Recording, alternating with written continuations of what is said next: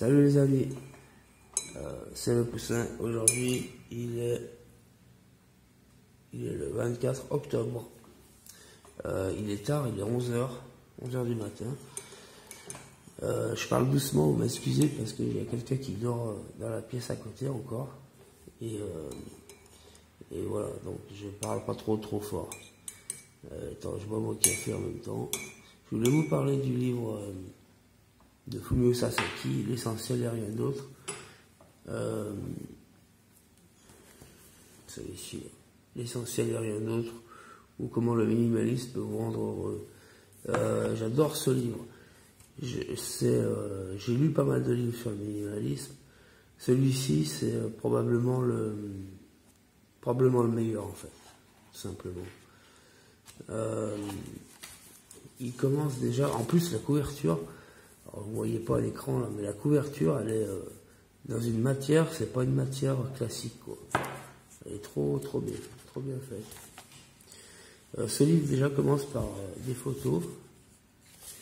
Voilà, c'est comme un peu un avant, après, tu vois, maximaliste, minimaliste. Ça c'est Fumio Sasaki, qui avait chez lui d'innombrables livres, des étagères pleines, etc.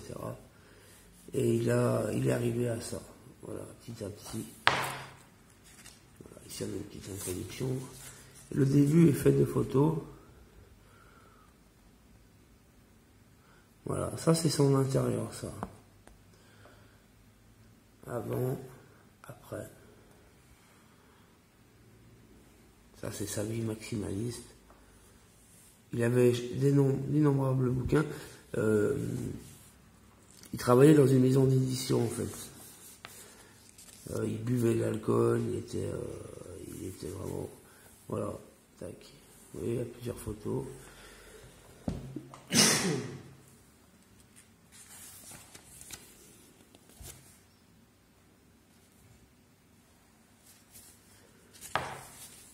Bien évidemment rapidement. Ce qui fait l'intérêt de ce livre, c'est que bah voilà, ça change un peu du reste. Il y a un peu des photos, un peu des explications. Ça change. Alors celui-là j'adore, c'est un globetrotter.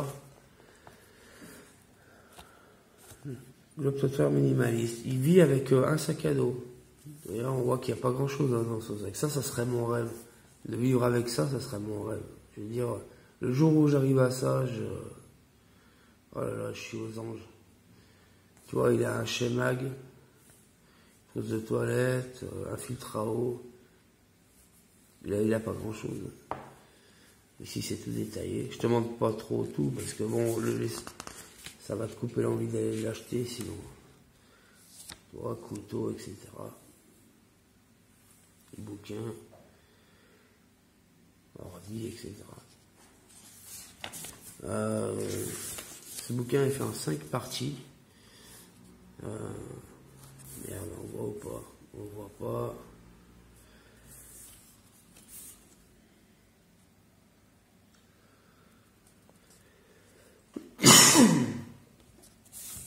Bon, il ne veut pas marcher ce truc là.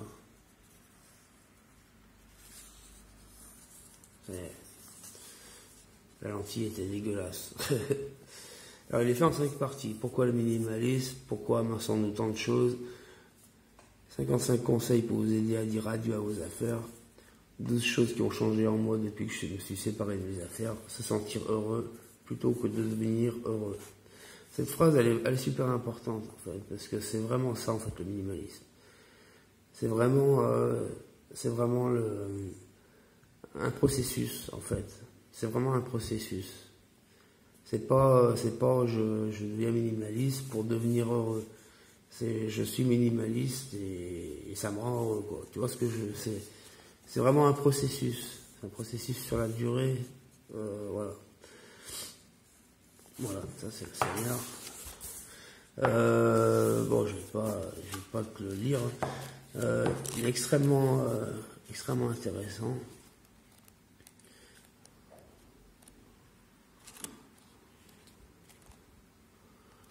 Voilà, les listes muettes des choses à faire, ça c'est intéressant aussi.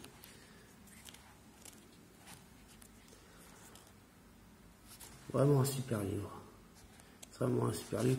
Il y a par exemple des minimalistes que j'adore, je sais plus quelle page c'est. Il y a Gandhi, il y a Mère Teresa. Je vais te dire le passage. Normalement, je note au début. Page 32, 33.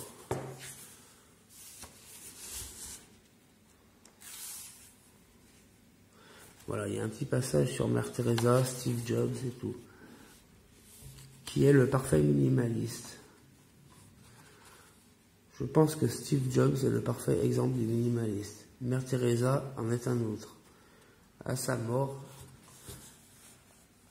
elle n'aurait laissé derrière elle qu'un sari défraîchi, un cardigan, un vieux sac et une paire de sandales usées.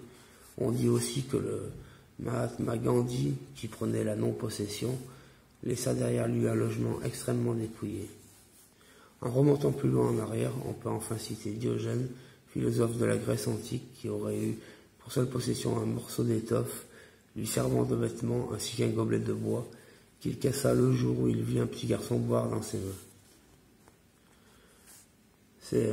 J'adore. Fumio Sasaki dit de commencer à se séparer des choses sans réfléchir. Par exemple, tu es dans une pièce et de commencer à jeter une chose qui est à côté de toi très facilement, sans trop réfléchir. Attends, je prends mon café.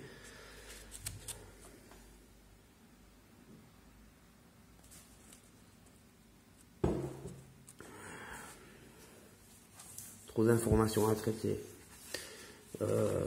C'est un livre superbe.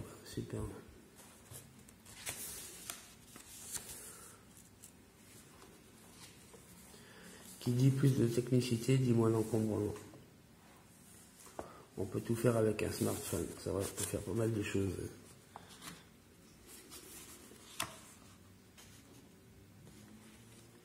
Vraiment un super livre. Il se lit extrêmement facilement.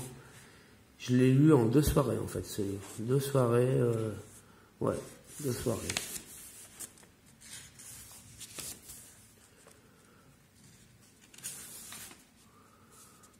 Enfin, vraiment un super livre. Je vous conseille de le lire. J'essaie de trouver des passages qui m'ont bien plu. Voilà, ça c'est mon souci, c'est mon souci, les bouquins. Je croyais que ma bibliothèque était la vitrine de mon identité. C'est exactement, voilà. Les livres, c'est vrai que c'est difficile de se défaire des livres. Moi c'est pareil, j'en ai plein. Enfin, je m'en suis séparé quand même. Je m'en suis séparé, mais c'est compliqué. Voilà, cette partie, elle est assez concrète, quoi. 55 conseils pour vous aider à dire adieu à vos affaires. Donc il y a les 55 conseils, voilà, de la page 60, à partir de la page 71. Abandonnez l'idée que vous ne pouvez pas abandonner vos affaires. Voilà. Il y a plus à gagner qu'à perdre en séparant des objets. Se débarrasser de ses affaires demande des compétences. Enfin bref, il y a 55 conseils comme ça. Je vais pas tout les dire parce que ce serait...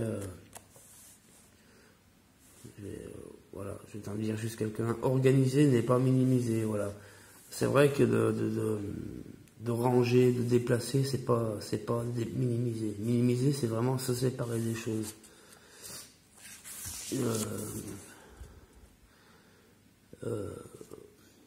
Ouais. Voilà, il faut accepter aussi de changer d'autres personnes. Enfin bref, un super livre. Moi, ce que j'ai du mal en fait, c'est avec les objets insolites. D'ailleurs, cette vidéo, je vais peut-être l'appeler les objets insolites ou l'essentiel et rien d'autre de Fumio Sasaki, j'en sais rien. Parce que dans mon désencombrement, j'ai trouvé si tu veux, j'ai trouvé des affaires que je ne peux ni vendre, ni jeter, ni donner. Tu sais, c'est les trucs... c'est un peu sentimental, mais pas seulement. C'est aussi... comment dire, ça fait partie du passé, tu vois, ça fait partie, c'est une marque du passé. Par exemple, là j'ai trouvé, regarde, je vais te la montrer, je l'ai sorti tout à l'heure. Et je me rappelais même plus que j'avais ça. J'ai trouvé ça là. Tu vois la Game Boy. Une Game Boy, tu te rappelles? C'était dans les années 90 qu'on avait eu ça, quand on était gamin. Et j'ai essayé, elle marche, hein, j'ai mis les piles, tout, elle marche. J'ai ça, j'ai plein de jeux avec, tu vois. J'ai Tortue Ninja, Tetris, Kirby, enfin j'en ai plein, j'ai Mario, tout ça, tu vois. Et tout ça, c'est des objets que elle est toute neuve en plus, presque, elle est encore emballée. Et ces objets-là, je sais vraiment pas quoi en faire. Donc si, j'ai trouvé une idée en fait pour ces objets-là. Je vais te sortir un autre truc extrêmement vieux qu'on voit plus maintenant. Tu sais, à l'école, aujourd'hui, pour effacer l'encre, on a des crayons blancs et bleus là pour réécrire, pour effacer les stylos plumes. Et avant, il y avait ça en fait. Il y avait ça et ça marche super bien. Il marche encore, j'ai essayé. En fait, tu as deux flacons. Tu as un flacon, ça s'appelle Corrector. Et ça, c'est pareil, je peux pas le jeter. C'est trop une marque du passé, ça, tu vois, c'est trop atypique. C'est trop atypique pour le jeter. En fait, tu dilues la peinture avec ça, avec ce petit pinceau, là, tac, tac, tu en mets un tout petit peu.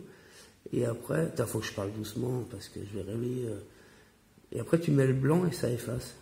Et après, tu absorbes avec un buvard, normalement même. Mais ça marche bien.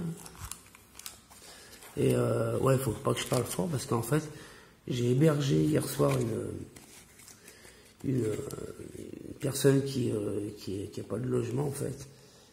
Et bon, normalement je le fais jamais, hein. Franchement je le fais jamais.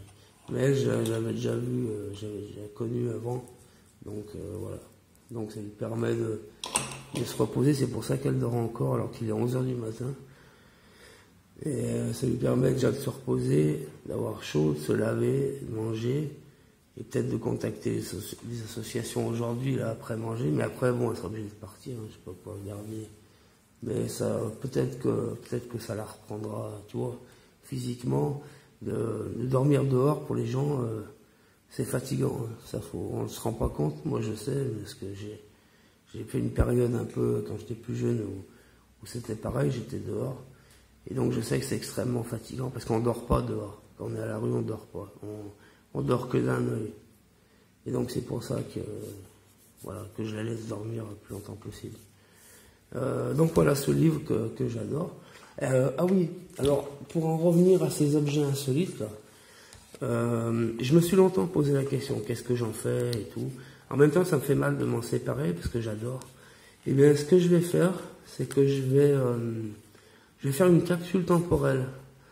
Tu sais, c'est ce qu'on fait souvent dans les lycées, les collèges, même les universités, hein, le font. En Amérique, c'est très souvent qu'ils le font. Capsule temporelle, c'est-à-dire que tu prends des objets d'une période. Ici, ça sera des années, mettons, 1990 à 2010, par là. Je vais mettre ça. J'ai aussi un Walkman, tu sais, avec des cassettes. C'est vraiment des trucs qui se font plus aujourd'hui. Il y a aussi un lecteur de diapositives, avec des diapositives, un appareil photo argentique, enfin des trucs, tous des trucs qui ne resserviront jamais, qui sont dépassés par le temps. Hein. Et ben je vais tout mettre dans un petit fût étanche de 60 litres, avec la date, donc ça sera 2020, et je vais aller l'enterrer, et je vais mettre une date, je ne sais pas si je mets 20 ans, je pense que je vais mettre 20 ans, c'est-à-dire je vais marquer 2040, à ouvrir en 2040, et on ira l'ouvrir en 2040 pour ressortir. Et ça sera encore plus décalé, quoi, qu'aujourd'hui. Aujourd'hui, déjà, c'est décalé, tu vois. Ça, c'est vraiment décalé. Et là, dans 20 ans, je crois que ça sera le top. Alors, dans les universités, ils mettent aussi des témoignages du temps, des journaux. Ils mettent des choses, vraiment, toutes sortes de choses. Et je vais faire ça. Je pense que je ferai une vidéo, parce que je pense que ça va être marrant. Je pense que ça va être marrant à faire... le contenant, je me suis posé longtemps la question, ça sera un fût de 60 litres étanche, ouais, tout simplement. De 30 litres, pas 60 litres. 30 litres étanche, et voilà. Attends, je bois un café. Parce que...